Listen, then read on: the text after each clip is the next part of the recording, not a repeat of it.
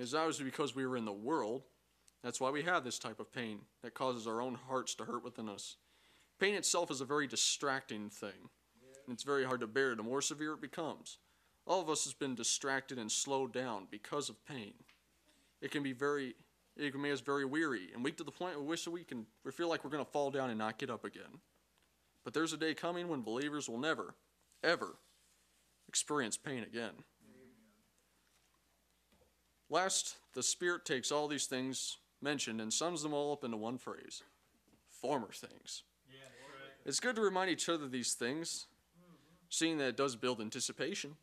Whenever you see your brother in grief, remind them of the time when sorrow is gone. Whenever your brethren are wearied by this world's evil, bring to the remembrance the time when we were with the Lord and sin is completely gone forever. Amen.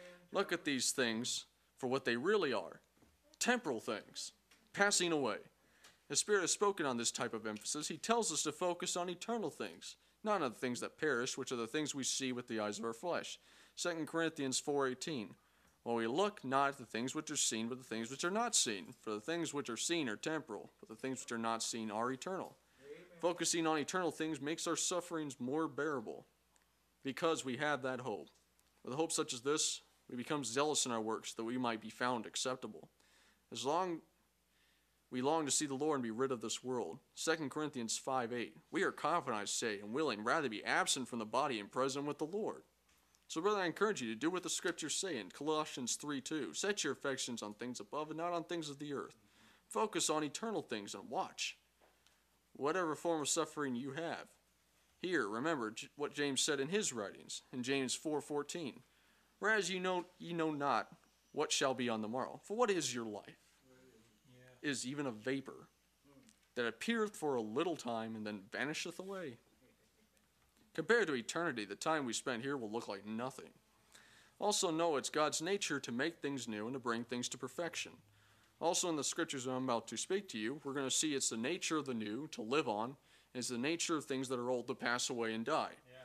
When we come into Christ, we're made new. 2 Corinthians 5:17. Therefore, if any man be in Christ, he is a new creature. Old things are passed away.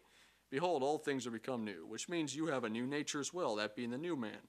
Colossians 3:9 and 10. Lie not to one another, seeing that you've put off the old man with his deeds, and have put on the new man, which is renewed in knowledge after the image of him that created him. Also, here are a few other things that speak of newness.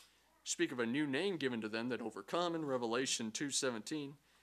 He that hath an ear, let him hear what the Spirit saith unto the churches. To him that overcometh I will give to eat of the hidden manna, and will give him a white stone, and in the stone a new name written, which no man knoweth, saving he that receiveth it. We read of a new heavens and a new earth, as mentioned by the other brothers. Revelation 21:1. I saw a new heavens and a new earth, for the first heaven and the first earth were passed away. There's that mentioned again. There was no more sea. So you can see in this text, it's God's nature to make things new and to put away things that perish.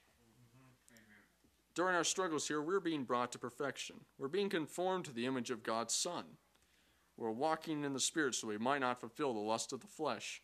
When we get to heaven, we'll be rid of all forms of suffering. Remember, the things we deal with here are temporary, brethren. Look at the good things to come. Remember that God is faithful to bring past what he has promised. The former things will be wasted in that day. So in times such as these, it's good. Emphasize, as Brother Given stated, not what much is what we are now, but what we're going to be. Yeah, right. If the old man's present, you just remind you that the old man's going to die. The old man's not going to make it. He can't enter the holy city. He's going to be kicked out eventually. Yeah. Enemies harassing you, like God's going to cast them into outer darkness. They're not going to pester you anymore. Satan's coming after you. The lake of fire is prepared for the devil and his angels. Thrown out.